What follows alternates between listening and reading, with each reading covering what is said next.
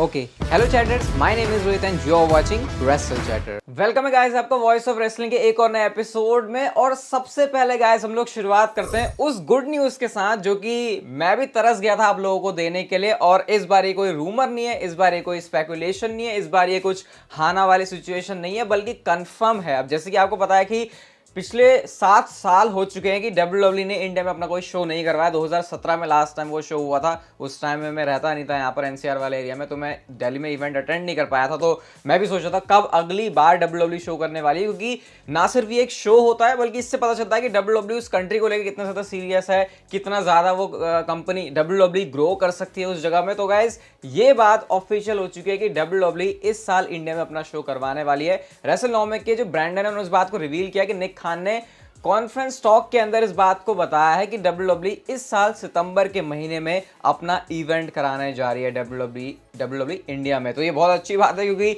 इसी अनाउंसमेंट का हम लोग वेट कर रहे थे। आपको पता है कि मैंने आपको ये बताया था कि जनवरी में WWE अपना शो करवाएगी। उस टाइम पे एक रूमर था, और वो रूमर भी ऐसा नहीं था कि वो गलत रूमर था, वो सच रूमर था।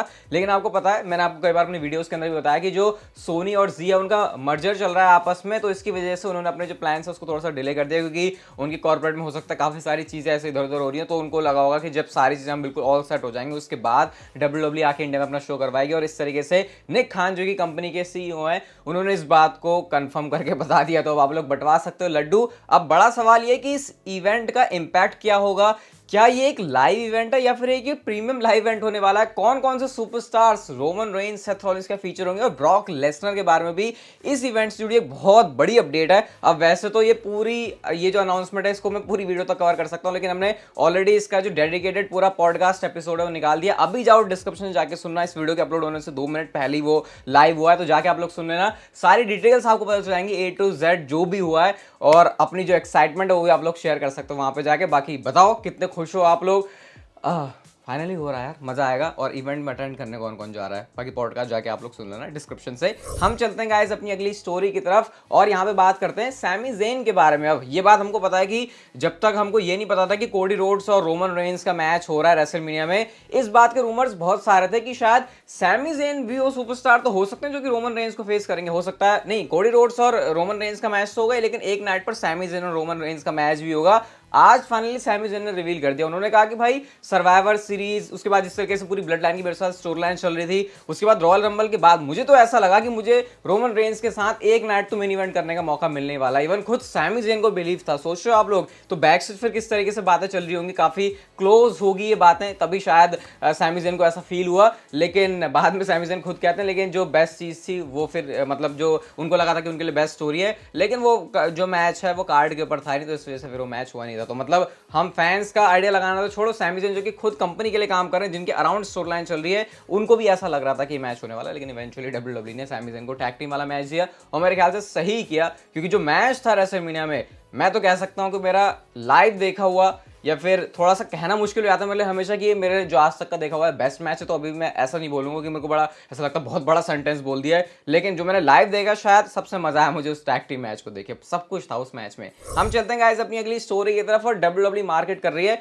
नाइट ऑफ चैंपियंस के लिए 3 मेन इवेंट। अब आपको पता है WWE जब भी 2 बड़े मैचेस होते हैं तो डबल मेन इवेंट कहती है। इस बार नाइट ऑफ चैंपियंस को 3 मेन इवेंट करके कॉल करेंगे वो। अब समझ नहीं आता है कि क्या है इसका मतलब ठीक है, पता चल रहा है ये क्यों कह दो ना, लास्ट के 3 मैचेस या 2 मैचेस डबल मेन इवेंट ऐसे करके। अगर आप थोड़े भी सरप्राइज हो रहे हो कौन से मैच है, तो एक तो वो हो गया रोमन रेंस वाला जिसमें टैग टीम मैच में होंगे, एक वर्ल्ड हेवीवेट चैंपियनशिप के लिए जहां पर सेथ रॉलिंस और AJ स्टाइल्स का मैच होने वाला है, और इसके अलावा जो तीसरा मैच है हमारे पास वो है ब्रॉक लेसनर और कोडी रोड्स का। तो ये 3 main event night of champions के लिए WWE हाइप कर रही है। अगली story guys world heavyweight championship के मैच से रिलेटेड है।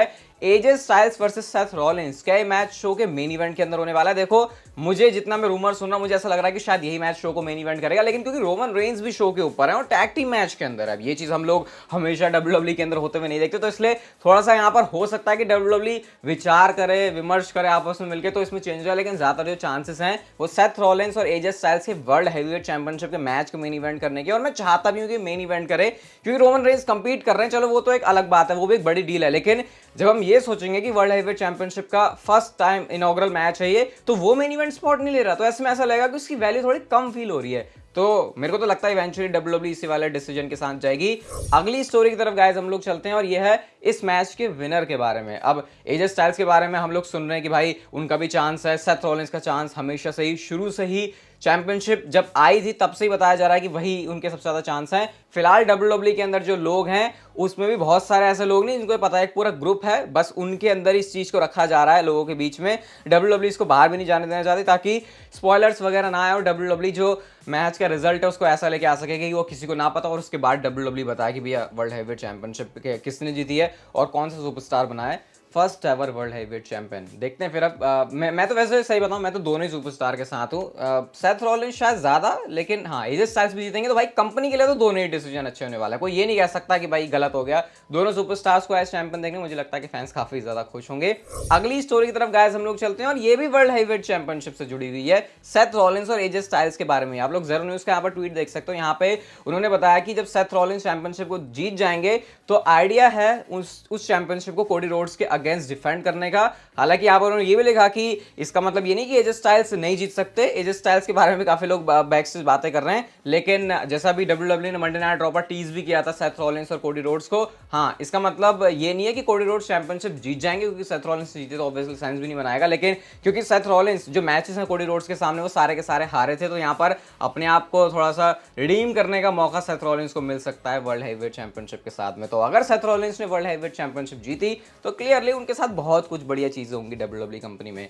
यूनाइटेड स्टेट्स चैंपियनशिप के लिए कुछ फ्यूड है जो कि डब्ल्यूडब्ल्यूई नेक्स्ट प्लान करेगी, और ये वाली जो फ्यूड है वो है शेमस एंड ऑस्टिन थ्योरी के बीच में। यहाँ पे एक जो स्पॉइलर आया वो ये है कि शेमस नेक्स्ट चैलेंज करने वाले हैं ऑस्टिन थ्योरी को यूएस चैंपियनशिप के लिए। आई थिंक डिजर्व करते हैं शेमस बहुत ज्यादा। एक तो यार उनको फैक्शन वाली चीज डब्ल्यूडब्ल्यूई बिल्ड कर रही है, लेकिन मैं चाहता हूँ कि ब्रॉलिंग ब्रूट से अलग हो जाए, वो अकेला शेमस चले, उनका थीम सॉन्ग चेंज करो, थोड़ा सा भी काम करने की जरूरत है जिस तरीके से वो आते हैं रिंग में उनके कैरेक्टर में। तो अगर आई थिंक डब्ल्यूडब्ल्यूई इस चीज के ऊपर वर्क करे तो सही रहेगा, क्योंकि फेस रिएक्शन तो उनको कितना तगड़ा मिलता है वो हमने गुंथर के साथ फ्यूड में देख ही लिया था। तो थोड़ा सा काम करने की जरूरत है मुझे लगता है यहाँ पे। एलेक्सा ब्लिस के बारे में क्या सीन है, तो एलेक्सा ब्लिस को डब्ल्यूडब्ल्यूई ने सऊदी के प्रमोशनल रोस्टर में यूज किया है, लेकिन internally WWE night of champions का जो शो है वहां पर उनको लिस्ट करने के बारे में नहीं सोच रही, मतलब वहां के लिए अभी डब्ल्यूडब्ल्यूई ने उनको डाला नहीं है। तो ये बड़ा अजीब सा है कि क्या एलेक्सा ब्लिस वहां पर होंगी या फिर नहीं। मुझे लगता है नाइट ऑफ चैंपियंस में ऑलरेडी बहुत सारी चीजें हैं, तो फिर ऐसे में डब्ल्यूडब्ल्यूई फिर इधर उधर की चीजों में कमी फोकस करती है। उनका जो मेन चीज है जो कार्ड के ऊपर है उन चीज के ऊपर फिर डब्ल्यूडब्ल्यूई का ज्यादा ही रहता है कि हाँ इसको आगे लेके चलना है। तो कुछ पता नहीं है, लेकिन चांसेस है कि एलेक्सा ब्लिस इस टाइम के अराउंड वापस आने वाली है, ये रूमर्स हैं। देखते हैं कब तक वापस आ जाएंगी वो कंपनी में। नेक्स्ट स्टोरी है गाइस ब्लड लाइन के बारे में, और मैंने अभी आपको रिसेंटली बताया था कि समर स्लैम के लिए एक बहुत बड़े मैच का रूमर आया है। उस पर तो मैंने पूरी डेडिकेटेड वीडियो बनाई है, उसको जाके आप लोग चेकआउट कर सकते हो वीडियो सेक्शन से। वहां पर मैंने आपको बताया था कि समर स्लैम में WWE Roman Reigns and Solo Sikoa versus the Usos का मैच प्लान कर रही है, और इसकी जो शुरुआत है वो हो ही रही है, हमको ब्लड लाइन के अंदर दिखाई दे रही है। लेकिन गाइस अब जो प्लान है उसमें शायद डब्ल्यूडब्ल्यूई ने थोड़ा सा ट्वीक चेंज कर दिया है। प्लान में चेंज ये है कि WWE money in the bank के लिए अब कंसीडर कर रही है कि Roman Reigns and Solo Sikoa versus Usos का मैच होगा। अब इससे फायदा क्या होगा, इससे ये फायदा होगा कि अगर ये मैच डब्ल्यूडब्ल्यूई समर स्लैम से पहले ही निपटा देती है तो उसके बाद समर स्लैम में डब्ल्यूडब्ल्यूई रोमन रेंस का एक चैंपियनशिप मैच रखवा सकती है, क्योंकि आपको पता है अगर रोमन रेंस बड़े शो के अंदर हैं और चैंपियनशिप मैच में इन्वॉल्व नहीं, मतलब चैंपियनशिप डिफेंड नहीं करे, तो ऐसे में उस मैच की फील थोड़ी सी लो आती है। अब उसोस तो एक बिल्कुल ही डिफरेंट चीज होगी, क्योंकि वो तो पूरी स्टोरी लाइन में ही बिल्कुल ऐसे इन्वॉल्व है ना। तो फिर देखते हैं डब्ल्यूडब्ल्यूई कैसे इस चीज को करने वाली है आगे। इसका मतलब तो क्लियर है नाइट ऑफ चैंपियंस में ऐसी भसड़ मचने वाली है कि अब ये बस हो ही गया काम तमाम, उसके बाद मनी इन द बैंक में जाके आपस में लड़ेंगे और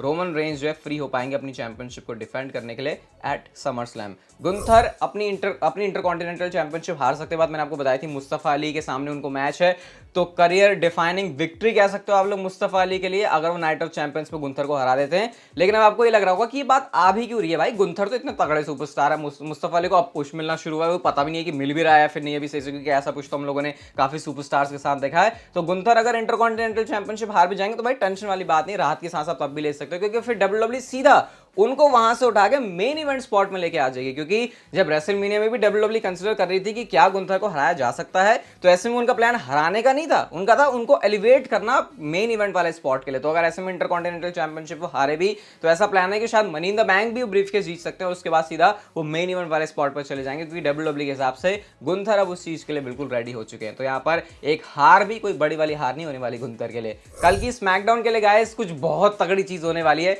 आप लोग पॉल हेमन का ये ट्वीट देख सकते हो जहां पर वो खुद ही टीज कर रहे हैं ये एक्शन फिगर के सहारे से कि what can possibly happen next, find out this Friday. यानी कि कुछ टेंशन जो है वो क्रिएट होने वाली है, इतनी आसानी से चीजें नहीं होंगी इनके बीच में। और वैसे भी आपको पता होगा WWE ने जो फेस टू फेस वाला सेगमेंट है Kevin Owens and Sami Zayn versus Roman Reigns and Solo Sikoa का किया हुआ है, और यहाँ पर रूमर ये कि उसोस कुछ ऐसा करेंगे कि रोमन रेंस इसको लेके हैप्पी नहीं होने वाले। असली अखाड़ा पॉडकास्ट जाके अभी डिस्क्रिप्शन में सुन लेना, क्योंकि बहुत सारी बातें हम लोगों ने इसमें की हुई है। ये वाली वीडियो कैसे, अगर आपको अच्छी लगी तो उसे लाइक शेयर सब्सक्राइब और नोटिफिकेशन बेल को ऑन कर दो, and see you guys in my next video.